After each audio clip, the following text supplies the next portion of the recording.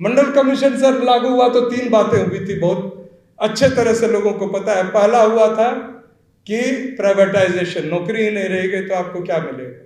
दूसरा हुआ था कोलिजियम सिस्टम, और तीसरा है ईवीएम। जो वोट की ताकत बाबा साहब ने हम सबको दिया है, उसको बड़ी ही होशियारी से बरगला दिया गया है।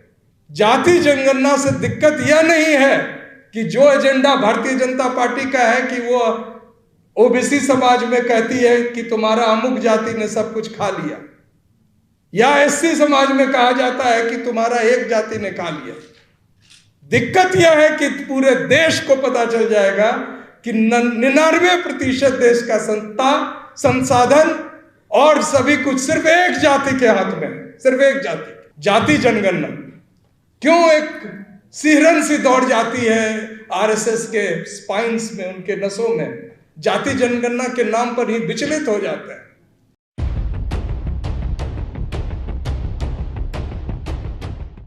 महात्मा फूले, छत्रपति साहू जी महाराज, डॉक्टर भीमराव अंबेडकर,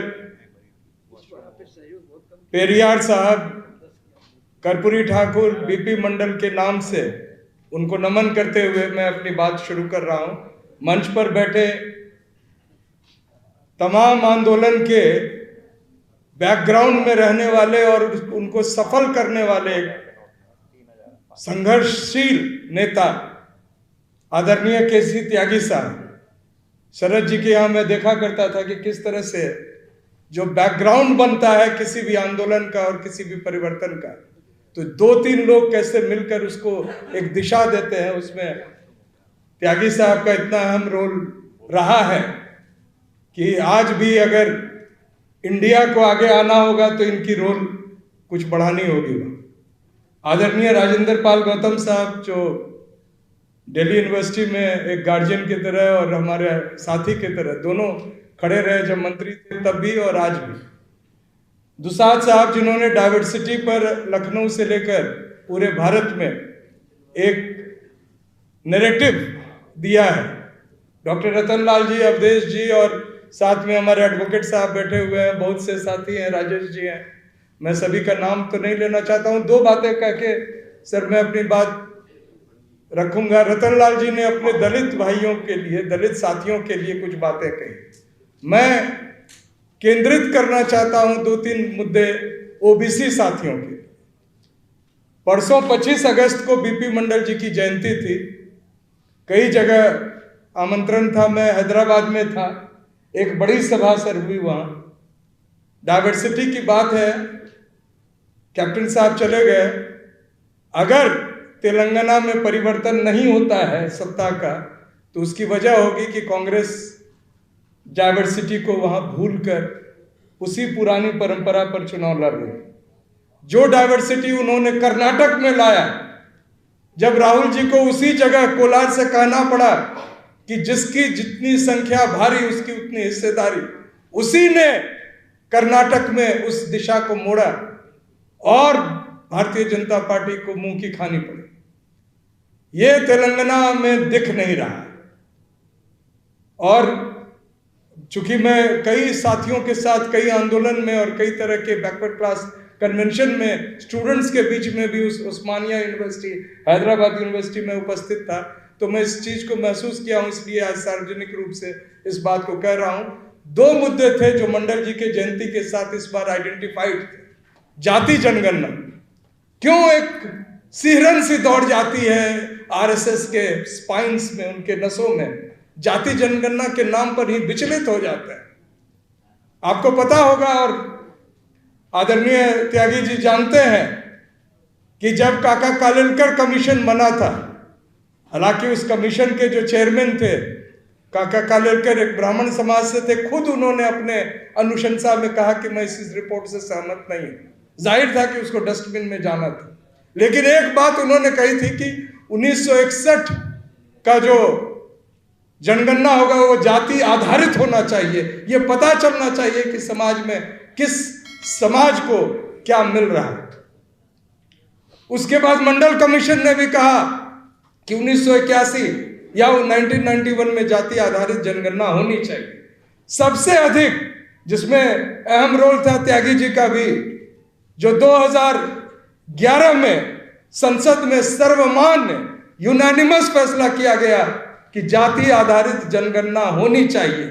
लेकिन कांग्रेस के दो नेता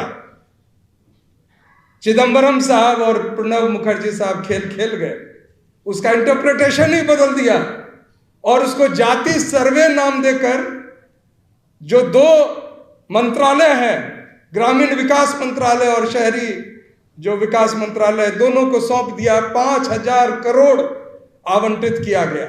उसके भी जो परिणाम आए हैं, जब भारतीय जनता पार्टी सत्ता में आई तो वो डेटा आया है, उसको इन्होंने नीति आयोग को सौंप दिया है कि उसको झांप के रखो। क्यों झांप के रखो?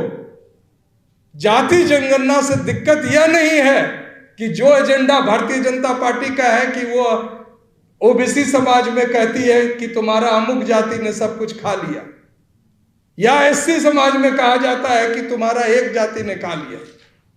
दिक्कत यह है कि पूरे देश को पता चल जाएगा कि 99% देश का सत्ता, संसाधन और सभी कुछ सिर्फ एक जाति के हाथ में, सिर्फ एक जाति। वो बात बाहर नहीं आनी चाहिए।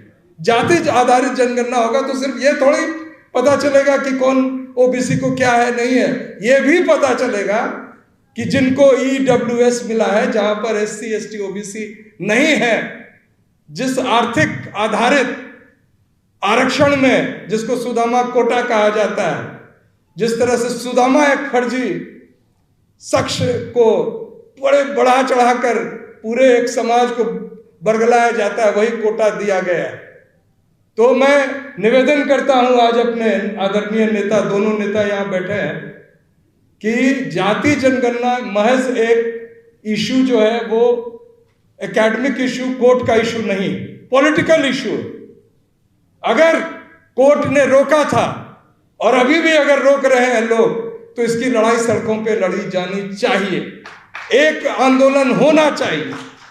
और दूसरी बात है कि जो मंडल कमीशन के जो अन्य अनुशंसाएं हैं, उन अनुशंसा का मंडल कमीशन सर लागू हुआ तो 3 बातें हुई थी, बहुत अच्छे तरह से लोगों को पता है। पहला हुआ था कि प्राइवेटाइजेशन, नौकरी ही नहीं रहेगी तो आपको क्या मिलेगा।